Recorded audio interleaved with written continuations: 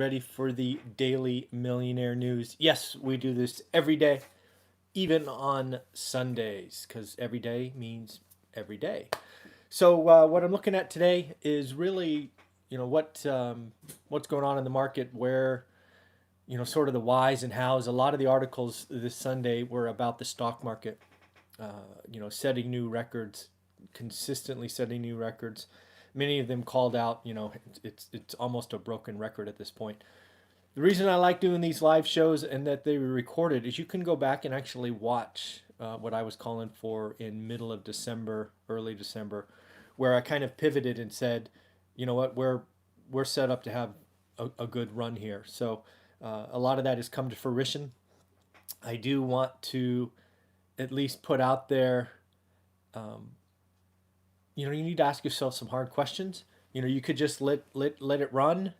You could take some money off the table and be more conservative.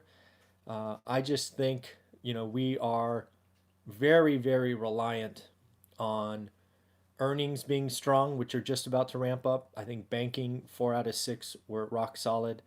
Two of them were not bad. They had legal problems, so okay. But we're about to get into manufacturing and retail and some of these others, and we have so many things going right. It is not going to take much to sort of pop the momentum or the bubble. I read a couple articles about where all the buying's coming from. There was, a thought out there that institutions, pensions, education funds were the buyers, trying to catch up. Early research said that was not true. It seems, it's hard to say, but it seems actually that hedge funds are playing catch up, which I find pretty odd. You typically think of hedge funds being, quote unquote, smarter than the rest of us. They're in this every day. They have algorithms and supercomputers and all these other things to make trades. But, at the end of the day, they're all humans too.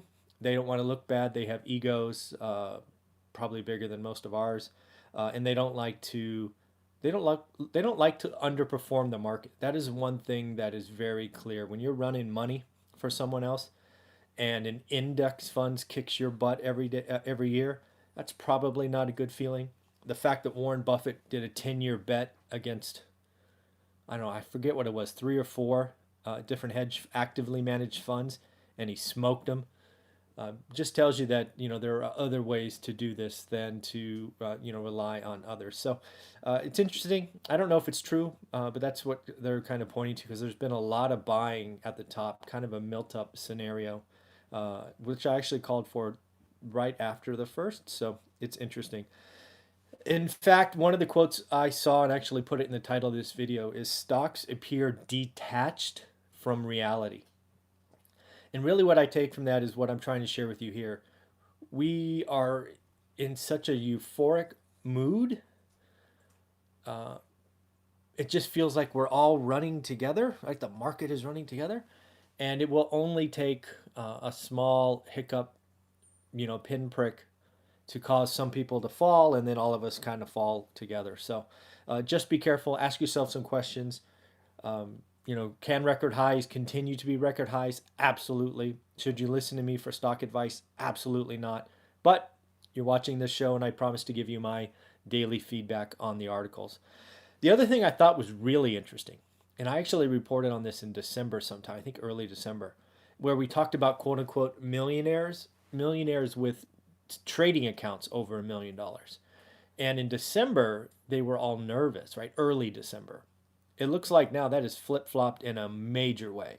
Millionaires, again, millionaires as defined as having over $1 million in trading accounts, 76% view the economy as either very strong or strong. And that's up 16% in a week.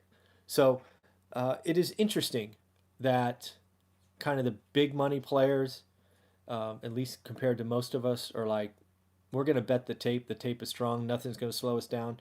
Uh, I know the market can become irrational a lot longer than most of us can stay liquid, but it also eventually ends. But again, according to this article, millionaires were very conservative in December when we talked about it, but now they're like, all the bad news is behind us. We've talked a lot about that on this channel. Go back and watch some of those daily news articles. And again, I don't know. If you watch this channel, I get really nervous when everybody goes one direction. Everybody's going to stocks and all of that. I get very nervous. Everybody goes to single family homes like '06. I get nervous. Everybody does multifamily. I get nervous. I guess I don't like being in a crowd. I don't know. Uh, Next week, we are going to watch some things. Again, earnings is going to be a big thing. We're going to have to watch for earnings. We're not only going to have to watch for earnings, which are historical views, but what are companies saying about 2020? That's going to be interesting to watch. It'll be interesting for two reasons. One, are they going to call out just the first half, which I see smooth sailing? Or when do companies start to talk about the election? I'm going to watch for that. What is going to be the first public company that goes, hey, we see a strong year ahead of us, but there's this thing happening in November that, all bets are off? I'm wondering when the first company is going to say that. I'm guessing after Q2, but I think the first company coming out is going to be a signal for all of us to pay attention to. And again, it's not about necessarily the last quarter's earnings. It's about saying what are they going to do in the future. Next up, it looks like Treasury is bringing back the 20-year bond. This was last issued in 1986. I don't know how I feel about that. Right? They're bringing it back because our deficit over $1 trillion, probably going to be over $1 trillion this year. So they're bringing it back to fund. Good morning. How are you? That makes me nervous that they're bringing back this 20-year bond, right? The economy, the world is so different than 1986. Go back and look at some of the charts where we were in '86 to where we are today. What was really going on? I don't remember much, but I remember it being a good time. I think I was a freshman in high school in '86, maybe a sophomore. So I wasn't really in the know. I was a commissioned salesperson. I was working at Sears and Roebuck, who really no longer exist, which is so funny to me. But back to the Treasury, it's concerning to me. And there's also talk of a 50-year bond. Kind of makes sense, right? Rates are so low, lock in that long-term money, especially if you think rates will be higher in the future. So it kind of makes sense. Why would you want to finance debt, every year as it raises when you could just lock in 20-year debt cheap? So it's an interesting choice. I really will be paying attention if the 50-year ever comes out. That will be I will be very uncomfortable with that. And then the last thing to talk about, I actually saw a Grant Cardone video this morning about him giving a speech in Arizona, I think it was, Phoenix. He talked about wanting to mentor over 1 million people, which I thought was interesting. I'm sure there's a revenue stream in there for him somewhere, probably lots of revenue streams in there for him. But it's interesting as he went through his whiteboard talk, just notes that I took. He talks about getting rid of stuff. Um, I take that as reducing your expenses, all of that. He's obviously big on investing. He's not big on home ownership because he thinks you're wasting money. The big thing he talked about is you got to change, right? A lot of the audience was saying 2020 is going to be the best year yet. But what are you going to do? It's going to be better or worse, but what are you going to do? What else did he say? Oh, of course, you got to 10x everything. That's kind of his shtick.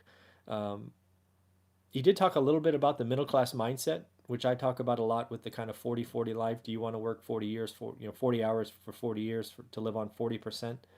There's a lot to that. He does talk a lot about savings and all of that kind of being bad, which I think is a little disingenuous. I think a lot of people would be better off with an emergency fund and things of that nature. Clearly, if you watch me at all, it bust your butt during the day to earn, lower your expenses so you can save, and then when you can invest, right? That's my thing. Um, I think he's going a little too hard, trying to shock the audience, perhaps, or maybe he's just self-qualified everybody in the audience. Maybe everybody there already has a net worth. I don't know. Then he goes on to say, never take advice from a millionaire. He talked about the millionaire next door, uh, and he kind of poo-pooed the book, right? If I can't drink coffee and I got to buy used cars, I don't want to be a millionaire.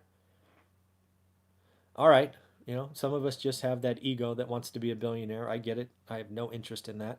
Um, I think helping people be a millionaire is not a bad goal. So didn't really like that all that much. He talked about staying broke, which I think really means he keeps his cash moving, keeps it invested. which is interesting, especially at the top of the market. Um, there will be a time where buying at there will be a time where buying assets is the wrong move because they're overinflated, right? I mean, if you've read our book One Rental at a Time, there was a time that happened and it crushed a lot of people. And again, he talks about having no liquidity, which again, for a guy that's probably printing money every day, I get it. But if you're really going to try to mentor a million people, I'm not sure those are the kind of messages you want. Yes, they're shock and awe, and yes, they get a reaction. But if your heart is really in this and you want to mentor people, um, I guess I don't mind the message, but you've got to deliver it differently and be clearer with people and not just go for the laughs and the applause. So, in the end, hey, if he helps a million people and he keeps doing it for free, at least at some level, good for him. Good for all of us, frankly. Anything that can help us earn more during the day, lower our expenses, invest, have a better financial future, I'm all for. So that's the daily millionaire news. I do have an interview coming up. It is Sunday, so that means I owe you my goals. Hint, bad news, I gained a pound. Not happy about that. But we'll talk about that on our goals interview later in the day. And I just want you to have a wonderful day. All right? Take care. Have fun.